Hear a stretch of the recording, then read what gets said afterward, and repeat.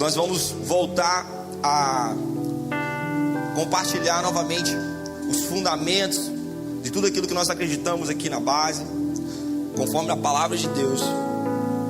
Nós vamos falar sobre o reino de Deus, e nós vamos falar sobre a porta do reino de Deus, a porta de entrada do reino de Deus. E eu queria que você recebesse essa palavra, cara, recebesse essa palavra com carinho, abrisse seu coração para essa palavra. Talvez é uma palavra que você já ouviu várias vezes, mas eu creio que todos nós precisamos ouvir essa palavra várias vezes. Eu creio que essa palavra, ela deveria até ser pregada uma vez a cada mês, para que a gente pudesse ouvir essa palavra, porque isso é a base do reino de Deus, é a base da vida como discípulo de Jesus. E eu queria que você recebesse bem essa palavra.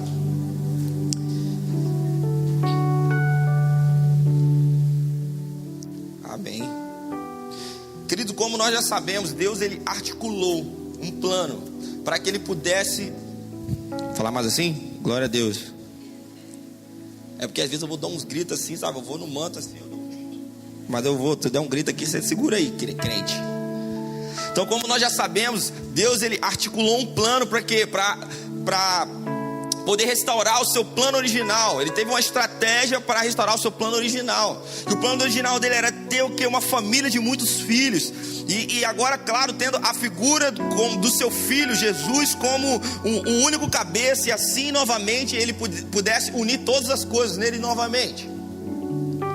Então, pregar o evangelho de Cristo, sair por aí anunciando a palavra de Deus, as boas novas de Jesus, isso foi um mandamento que Jesus deixou para nós como discípulos. Ele disse: portanto, ide e fazer discípulos de todas as nações, batizando em nome do Pai, do Filho e do Espírito Santo, ensinando a observar todas as coisas que eu vos tenho mandado. Mateus capítulo 28. Então, essa é a maneira de começarmos a colocar em prática aquilo que Jesus mandou que a gente pudesse fazer. Sabe, porque assim as pessoas teriam a oportunidade de ter acesso à porta do reino de Deus. Elas poderiam ter acesso a essa porta quando elas ouvissem a palavra, querido. Assim, esse acesso chegou até você quando você ouviu a palavra de Deus. Cara, talvez tenha sido numa igreja, talvez tenha sido numa rádio, alguém pregando, talvez tenha sido alguém na igreja na cidade, ou um amigo seu pregando para você. Mas, querido, o que fez você ter acesso a essa porta, o que fez você enxergar isso, e essa porta está diante dos seus olhos, foi que alguém pregou a palavra de Deus para você, cara,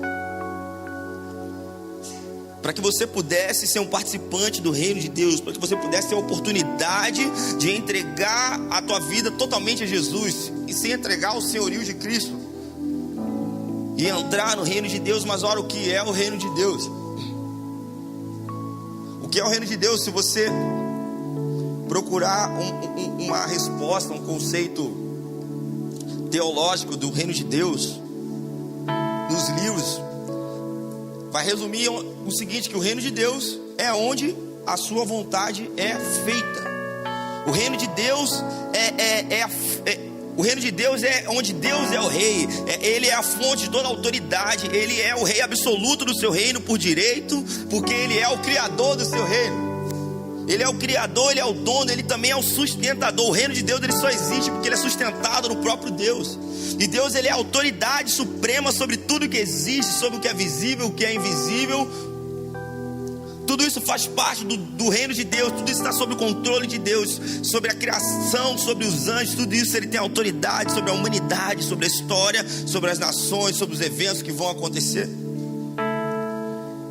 Então, os participantes do reino de Deus, eles vivem no estilo de vida de profunda dependência do Espírito Santo, cara.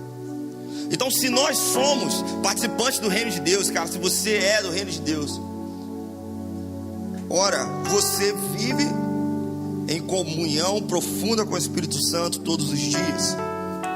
E você está sempre sob o governo de Deus, sempre debaixo do governo de Deus. Não tem como você ser participante do reino de Deus sem que você esteja debaixo do controle de Deus. Ora, se o reino de Deus é onde a vontade dele é feita, e você é um participante do reino de Deus, isso quer dizer que a vontade de Deus, ela é soberana sobre a sua vida. Sabe?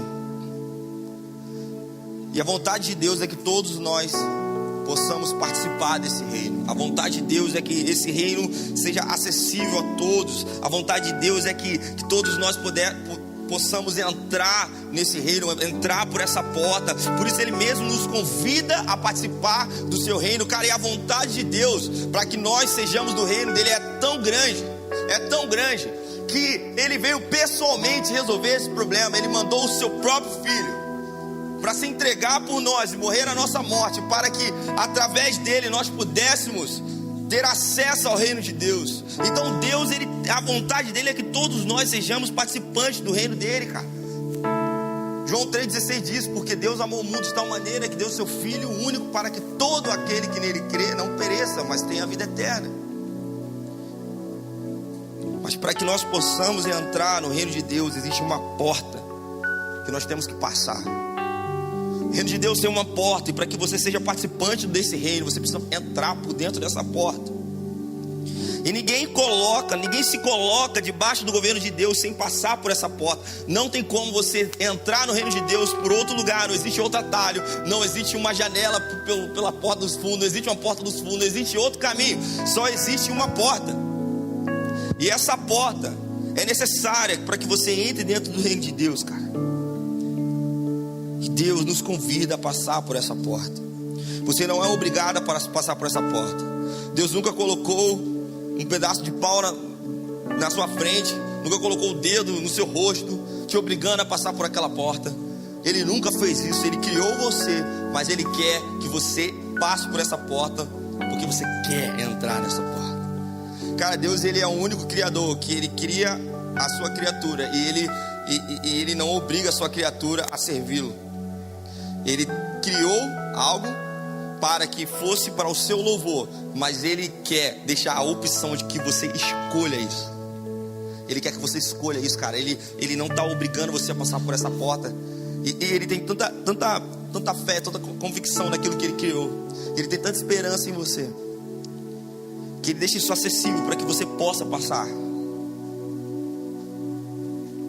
Sabe, quando você abre a sua Bíblia em Atos capítulo 2, é um capítulo muito famoso, ali em Pentecostes, no capítulo 2, versículo 22 a 39. Pedro está pregando ali, e é uma pregação histórica, porque ele está pregando ali logo depois que Jesus subiu aos céus. E ele está pregando, com tanta vontade, existia tanta verdade, tanto amor, tanto coração daquilo que ele estava pregando, que você pode ver que 3.000 pessoas, mais 3.000 pessoas se converteram ao Senhor naquela noite. E 3.000 pessoas foram batizadas, 3.000 pessoas se converteram ao governo de Deus. Cara, a Bíblia diz assim: pondo-se de pé juntamente com outros apóstolos, Pedro iniciou proclamando sobre Jesus. Ele disse sobre Jesus, ele pregou falando sobre os milagres de Jesus, sobre o que Jesus tinha feito. Ele contou a história de Jesus, a tremenda e gloriosa obra de Jesus. Ele falou sobre a morte de Jesus na cruz. Ele disse: olha aí, Jesus veio, Ele operou milagres no meio de nós, Ele curou enfermos, Ele foi crucificado, Ele morreu. E Pedro também diz: olha, Ele ressuscitou, no versículo 24 ao 32. E Ele começou a dar provas que Jesus tinha ressuscitado. E Ele começou a lembrar das promessas feitas por Davi, as promessas feitas na Bíblia acerca de um Messias que viria, morreria e ia ressuscitar. Ele falou sobre a sua exaltação. Ele falou que Jesus subiu aos céus. Ele falou do senhorio de Cristo. Ele apresentou Jesus naquela pregação.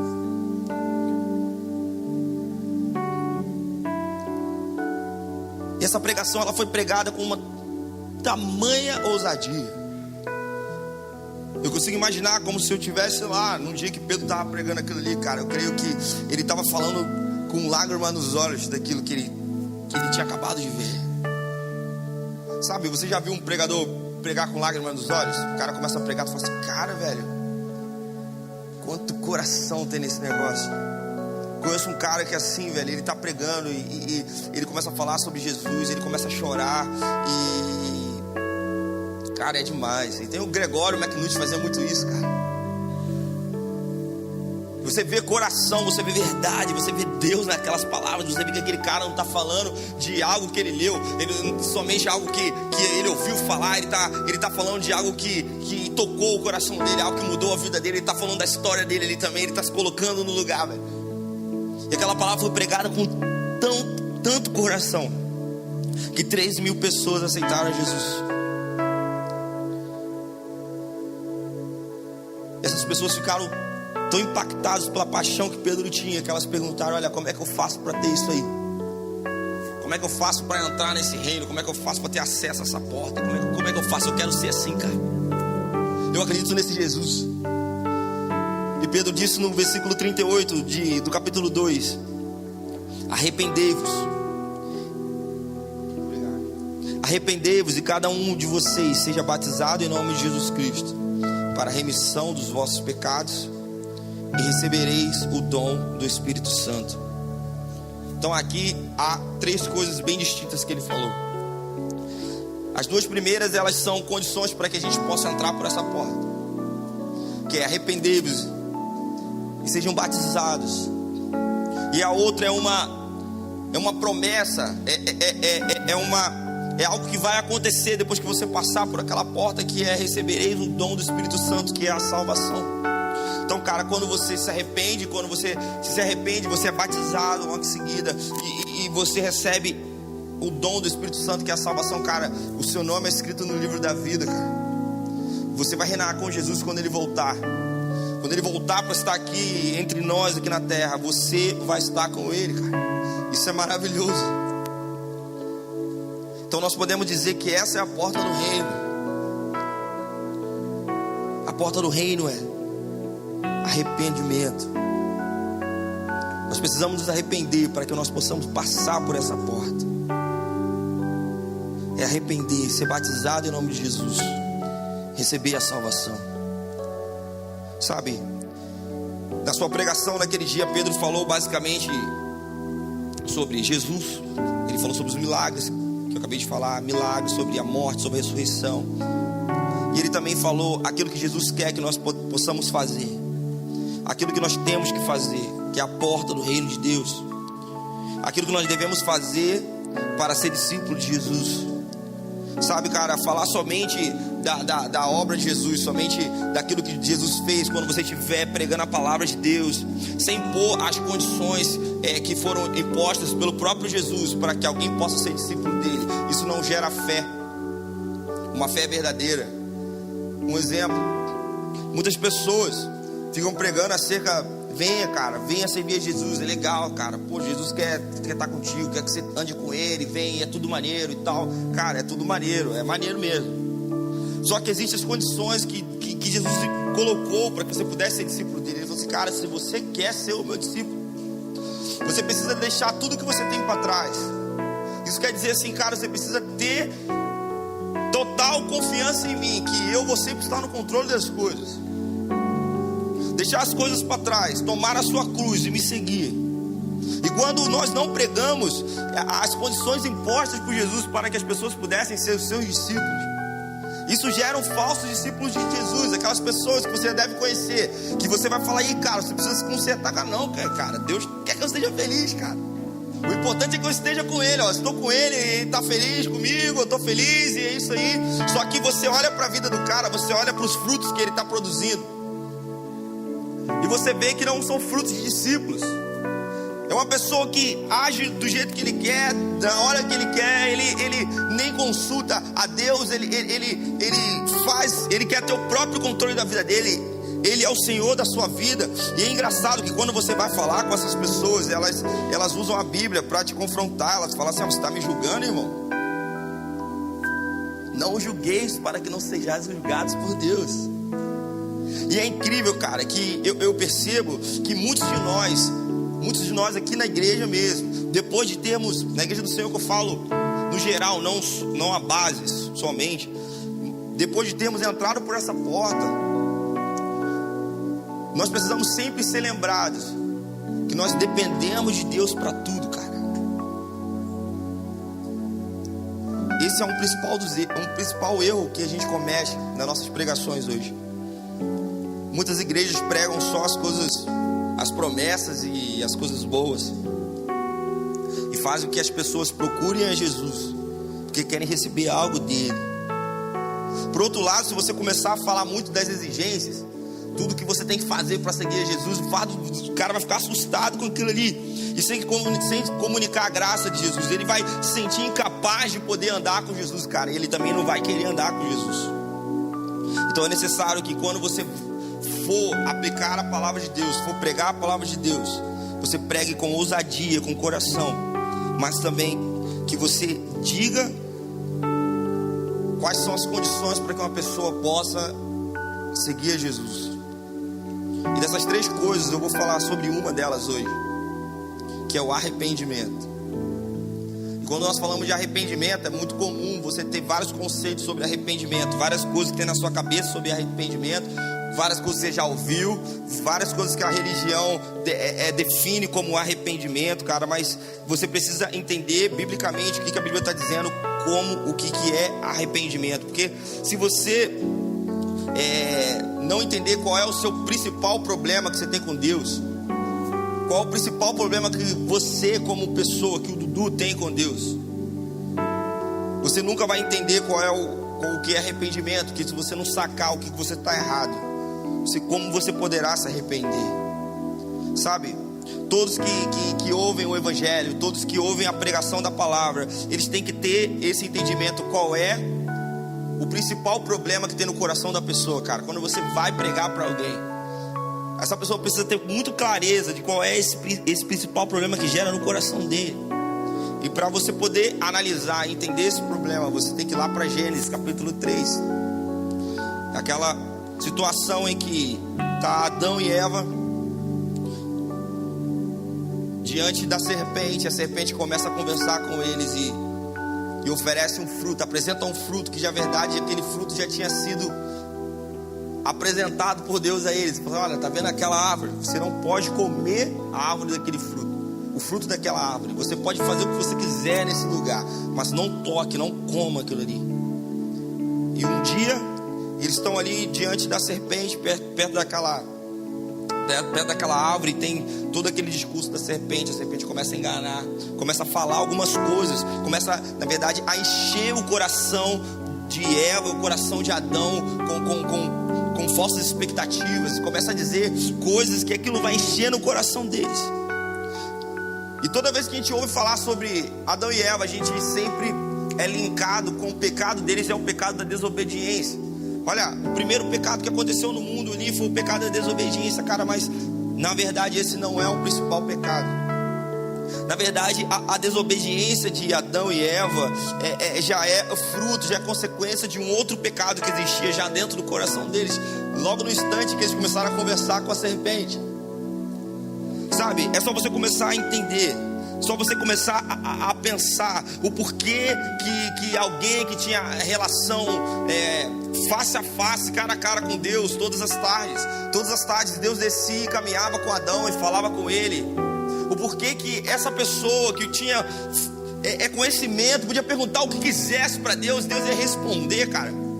Sabe, hoje você está orando e você fica louco para Deus responder logo uma coisa que você quer saber. Agora você imagine se Deus andasse do seu lado, assim como Deus andava com Adão, que você pudesse ver daquele jeito.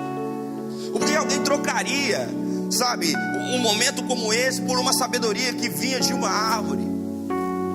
Por que alguém ia querer andar com Deus, que sabe todas as coisas, que é o Criador de todas as coisas, que estava lado a lado com Ele, que ele pudesse perguntar o que ele quisesse e Deus ia responder? Por que ele ia trocar essa sabedoria por uma sabedoria que vinha de uma árvore? Na verdade, queridos, ele não queria uma sabedoria somente. Adão queria independência. Adão queria ser independente de Deus. Ele queria ser dono do seu próprio nariz. Ele queria ser dono do seu próprio conhecimento. Ele queria tomar as suas próprias decisões sem precisar perguntar a Deus. Ele queria ser independente de Deus, cara. Então essa é a raiz do problema. Essa foi a principal causa da desobediência de Adão, foi querer ser independente de Deus. Ele tomou uma decisão interior no seu coração, sabe, uma disposição de ser independente de Deus. Quando Adão pecou, a sua própria natureza humana, ela se degenerou, e o pecado tomou parte da sua própria natureza. E todos que nasceram depois de Adão já nasceram com isso no seu próprio corpo. Todos que nasceram, todos que são descendentes de Adão, nasceram com a natureza pecaminosa. Romanos capítulo 5, versículo 12 diz: portanto, assim como por só um homem entrou um pecado no mundo, e pelo pecado a morte, assim também a morte passou a todos os homens, porque todos pecaram. Gênesis 5:3 diz: Adão viveu 130 anos.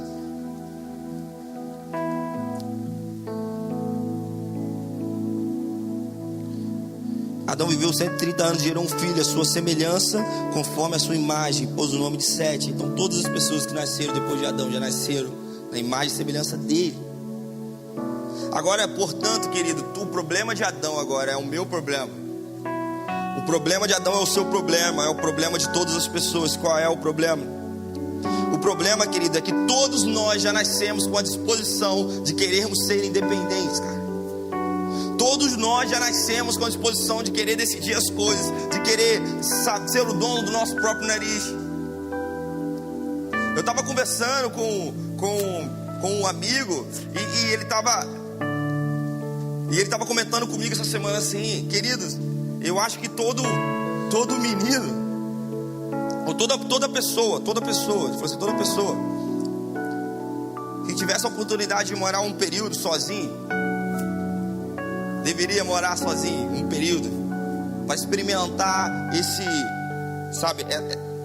essa responsabilidade, essa independência, saber até onde pode ir.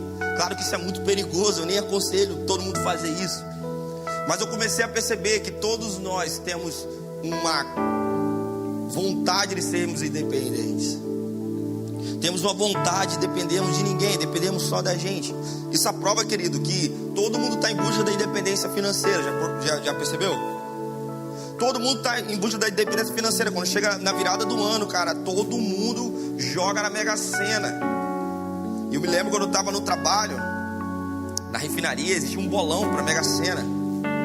E, cara, eu sempre ouvia assim, né, na igreja dizendo: ó, cara, não joga na pecado, é pecado, hein, ó, joga na Mega Sena não, que é pecado, aposta é pecado, aposta é pecado. Aí eu me lembro que um dia eu pequei, cara. Terra.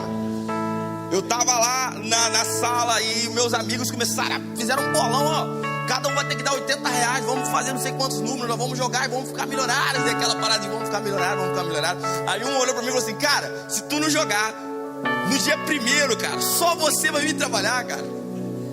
Todo mundo, não vamos te dar R$1, cara. Nós vamos todo mundo vir trabalhar. Eu comecei: cara, será que eu vou suportar todo mundo rico e eu pobre? Cara, hoje não vou aguentar, velho. Eu acho que até a minha mulher vai me matar. Eu falei: cara, a gente podia estar. Eu falei: cara, eu vou jogar nesse negócio também. Aí eu joguei, eu falei assim: ó, cara, eu vou jogar, mas eu vou falar, porque eu tô jogando, Deus não vai deixar eu ganhar mesmo, vocês não vão ganhar. E foi certo, não ganhamos.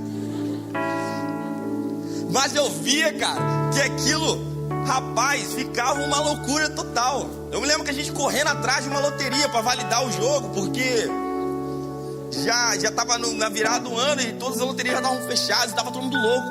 Eu falei: cara, a chance de ganhar isso aí é quase nula. Mas, cara, o sonho de ser independente, de alcançar a independência financeira, movimenta o Brasil inteiro para jogar aquele negócio, cara. Todo mundo quer ser independente financeiramente. Eu lembro um dia desse, eu estava no monte e uma irmã olhou para mim. Eu estava orando, sabe? Eu e a Tati passando por ela estava orando. Ela parou a oração e falou assim: querido, sabe aquelas irmãs do manto, né? Tá lá orando, querido, eis que te digo. Eu falei: fala, Jeová. Aí ela falou assim: olha, você estava passando por aqui na hora. Deus falou assim: para de orar e ora por ele. Eu falei: glória a Deus, pode orar. Aí ela começou a orar por mim e ela falou assim: vejo uma independência financeira com meu coração. Falei: cara, mesmo essa palavra vindo de Deus, por que isso move tanta gente, cara? Até hoje eu não sou independente financeiro.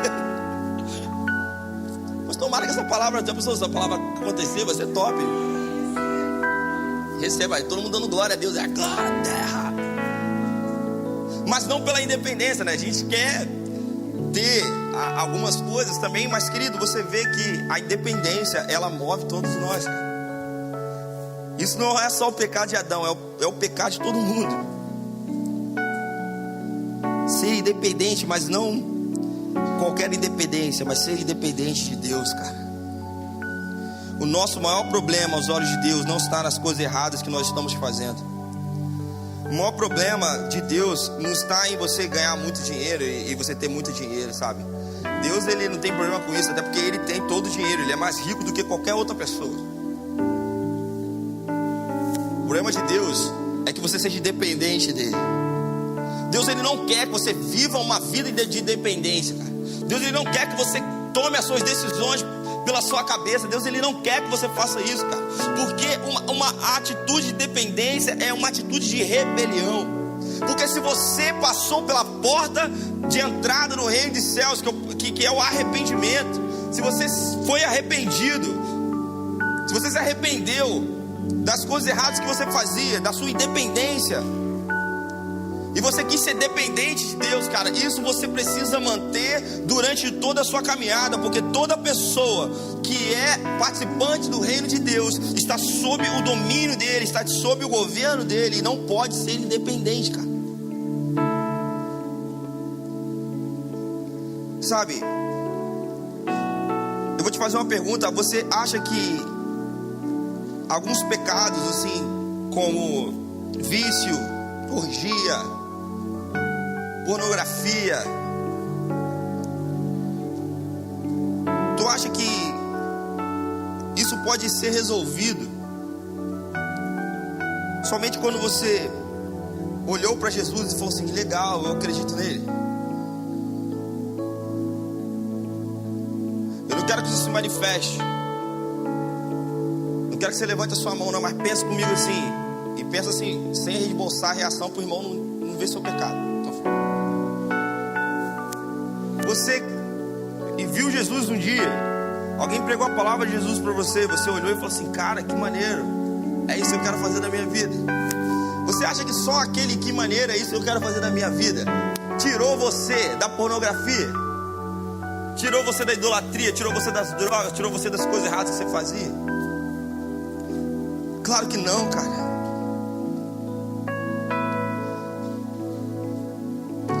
Você acha também que quando você aceitou Jesus, foi quando você quis entregar a vida para Ele, e você quis depender somente dEle? Você falou assim: cara, eu não quero ser o dono da minha vida, eu quero que Deus governe por mim, eu quero que Deus seja o Senhor da minha vida. Agora você acha que quando uma pessoa faz isso, ela dá legalidade para que Deus faça isso na vida dela, para que Deus trabalhe na vida dela?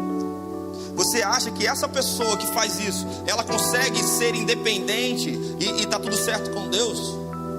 Claro que não, cara. Se você entregou a sua vida para Deus, se você quer ser participante do reino de Deus, você não consegue ser independente, porque Deus, ele não quer somente tirar você das drogas. Deus, ele não quer somente tirar você da pornografia. Deus, ele quer fazer com que você saia da rebelião. Deus quer que você saia do estado de independência para o estado de dependência dele, cara. Deus quer que você olhe para Ele e fale assim: pai, eu confio mais no Senhor do que o dinheiro que eu tenho. Pai, eu confio mais no Senhor do que o trabalho que eu tenho, do que o emprego que eu tenho, cara. Deus quer que Ele seja a principal, sabe, o principal motivo da sua vida, o principal motivo da sua existência. Cara, não é se você está conseguindo gerar muito dinheiro com o trabalho que você faz, não é se você está tendo muito paciente, muito cliente. É se você depende dele, não é se você está ganhando dinheiro ou se você não está ganhando dinheiro, cara. Sabe, a palavra do Evangelho de Jesus não é para curar superficialmente a ferida do homem. Cara, Jesus não veio aqui somente para tirar você das drogas. Jesus não veio aqui somente para fazer com que você parasse de fornicar ou adulterar ou sair da pornografia. Cara, Jesus, ele não veio aqui somente para isso, cara. Jesus, ele veio aqui para tocar mais fundo. Ele veio aqui para tocar no teu coração, para que você saísse de uma atitude de independência, para que você dependesse somente dele. Jesus veio aqui para que você tivesse total entrega a ele, para que você entregasse seu coração para ele. Sabe, ele não veio apenas trazer perdão para os pecados, mas ele veio trazer a solução do problema da humanidade. Ele veio trazer a solução para o nosso problema, aquilo que nós herdamos de Adão. E como é que ele fez isso? Pregando o Evangelho do Reino. Jesus pregou o Evangelho do Reino. Os apóstolos pregaram o Evangelho do Reino. Mas o que é o evangelho do reino, cara? Na verdade, o evangelho do reino é o fim da rebelião e da independência do homem. Deus quer perdoar, mas Deus também quer governar. Deus quer perdoar, mas Deus quer reinar sobre a sua vida. Deus quer te curar, mas Deus quer reinar sobre a sua vida. Deus quer tirar você das drogas, mas Deus quer reinar sobre a sua vida. Esse é o evangelho do reino de Deus. Arrependei-vos, pois é chegado o reino de Deus. Deus, Ele não quer somente fazer que você tenha uma vida maneira. Ele quer que você tenha uma vida maneira com Ele. Até porque sem Ele não é legal, cara.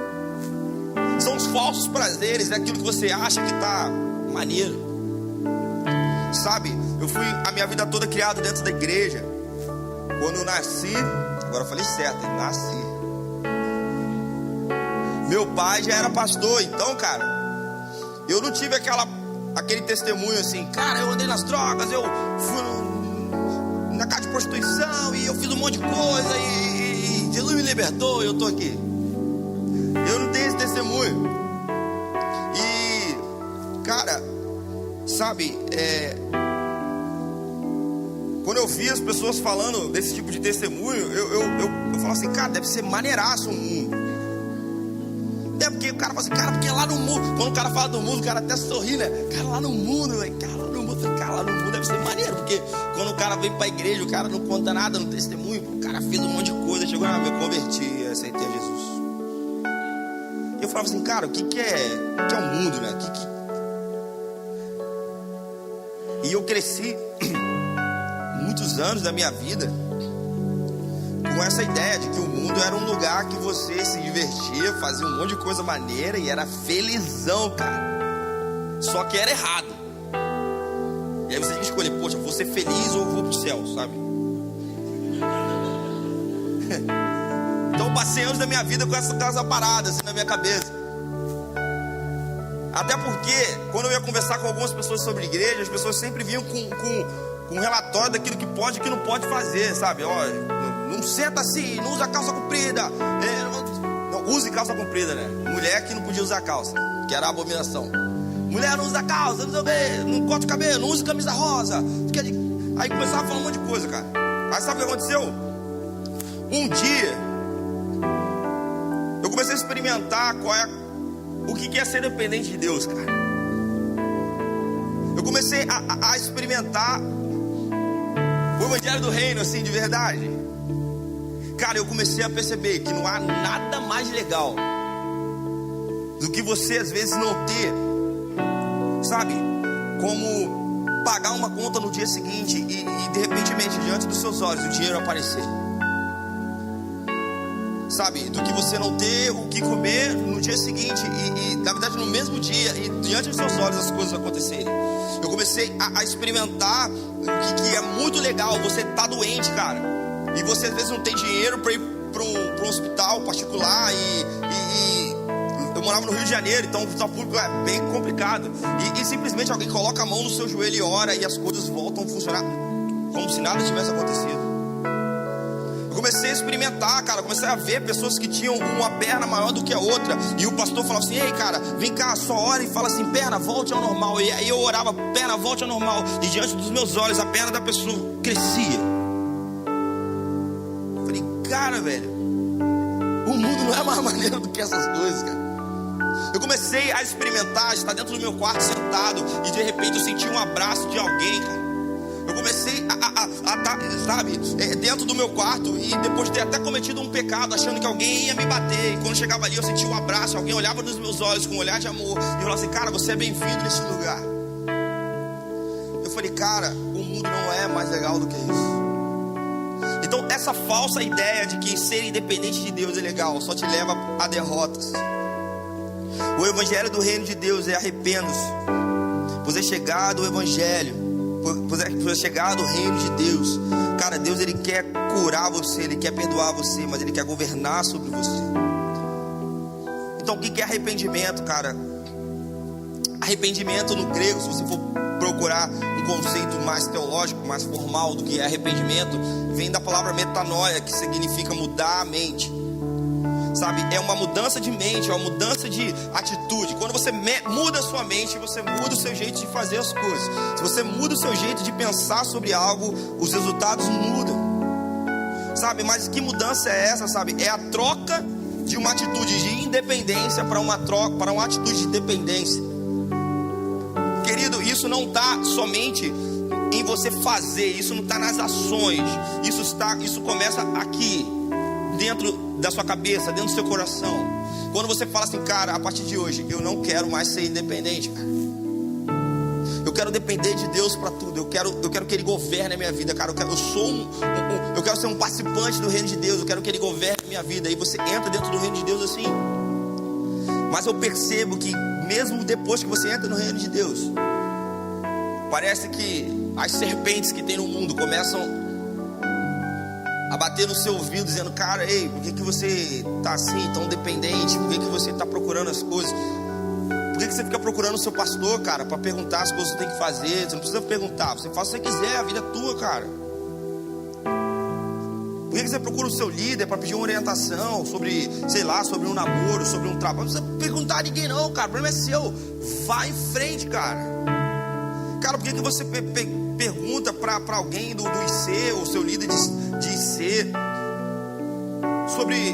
para orar, para saber se é de Deus ou não, o trabalho que está abrindo, a porta que abriu, querido, a porta abriu, entra. Não precisa perguntar a ninguém não, a porta está escancarada, cara. E por que você tem que ficar dando satisfação para as pessoas? É isso que o mundo fica soprando no teu ouvido, cara. E você mesmo depois de saber de tudo isso, mesmo depois de ter entrado no reino de Deus pela porta, mesmo depois de você ter se arrependido da rebelião contra Deus e ter entregado a sua vida para Deus, cara, eu percebo que muitas vezes a minha vida começa a querer ser independente de novo, cara. E tem dias que você tá tão assim, querendo ser tão independente, que se alguém chegar para você e falar assim, cara, você já orou para saber isso, você fica ofendido se alguém te perguntar. Peraí, mas você já orou? Isso te ofende, cara. Como assim eu já orei? Tá achando que eu não oro? Sabe, a gente tem um grande problema. Agora uma opinião pessoal. Sabe por que eu acho que motiva a gente a ser independente? Nós não gostamos de esperar. Esperar é horrível, cara. Esperar é horrível. Muito ruim esperar. Menos eu escolho esperar é bom. Ninguém gosta de esperar, cara. Por quê? Porque você quer fazer as coisas na hora que te dá vontade de fazer. Só que nem sempre a autorização de Deus para fazer uma coisa que você quer vem na hora. Muitas vezes Deus quer que você persevere um tempo em oração.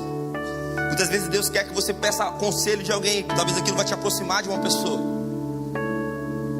Talvez Deus queira que você peça o conselho de alguém, porque aquilo vai fazer com que você respeite a autoridade que Deus colocou na terra sobre a sua vida. Mas você não gosta de esperar, você quer fazer as coisas logo. Por isso que a gente gosta de ser independente, cara. E eu quero falar um negócio pra você. Se você é um participante do reino de Deus e você tem que ser um cara que é dependente de Deus, você precisa ser um cara paciente, que gosta de esperar. Porque se você começar a olhar a história, você começar a ver como é que Deus age, Deus não é aquela pessoa que age da hora que as pessoas querem que Ele age. Ele nunca foi assim. Ele sempre tem a hora dele para agir, cara. Ele sempre tem o momento dele para agir. Então se você não sabe esperar, você precisa orar, Pai, eu estou dentro do Teu reino, eu quero que o Senhor toque na minha vida na espera. Sabe, cara, a gente às vezes fica orando para que Deus libere uma vida próspera sobre nós. Cara, eu não sei nem quantos anos tem que eu prego sobre fé. E eu nunca tive dinheiro sobrando, cara. Não sei nem quantas palavras eu já ouvi de que tá chegando aí o manto aí, irmão. Recebe. E o manto não chega.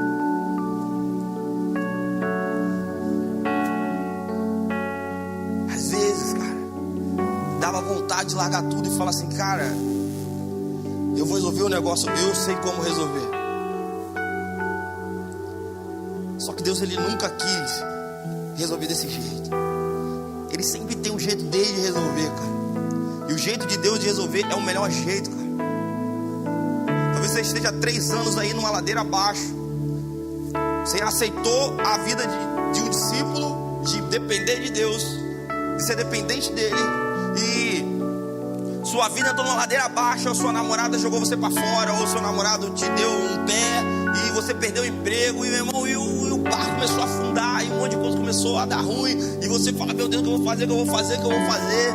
No início você está ali, né, firme com Deus, então é só vitória, né? Quando você é novo convertido, você chama o novo convertido para a vigília de domingo a domingo, ele vai, ele está na pressão, cara. Logo depois ele vai, meu Deus. E esse é o motivo que muitas pessoas se afastam, porque na verdade, querido, seguir a Jesus é deixar que Ele controle a tua vida toda. Sabe, se você veio para Jesus porque seu namorado terminou com você, e você queria uma paz interior, e você veio para Jesus, e você vai até encontrar uma paz interior, cara, logo depois você vai embora, porque Jesus, ele não veio para te dar uma paz interior somente, ele veio para que você seja dependente dele. Ele veio para tirar você, sabe, do reino das trevas e levar ao reino da luz. Ele veio para tirar você do reino de Satanás e levar você para o reino dele, cara. Então, se você veio para Jesus porque você estava mal, porque você tinha perdido seu emprego e você não tinha mais nada para comer, e aí de repente você entrou numa igreja, ouviu uma palavra de Deus que tocou o teu coração, você levantou a sua mão, querido, glória a Deus, top, que Deus entrou na tua vida. Mas se você não entregou o controle para Ele de tudo que você faz, logo, quando essas coisas começarem a melhorar, você vai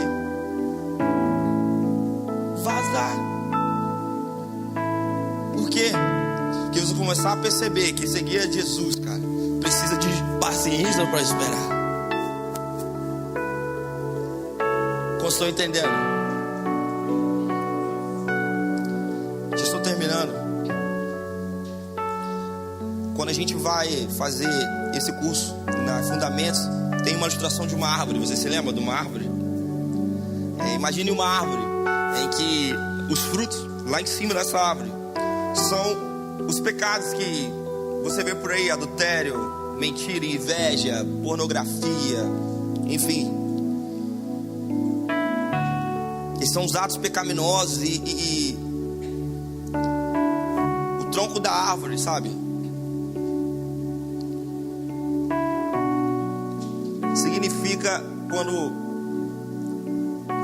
Significa independência total. Tipo, eu sou independente, sou uma árvore independente, logo os meus frutos são atos pecaminosos. Cara, talvez você tenha se convertido, aceitado a Jesus, está na igreja há um tempo, mas você não consegue sair da fofoca, da pornografia, do adultério. Isso aí, você está nessa casa aí há anos, cara. Querido, eu quero te dizer uma coisa: isso é fruto de alguém que é independente de Deus.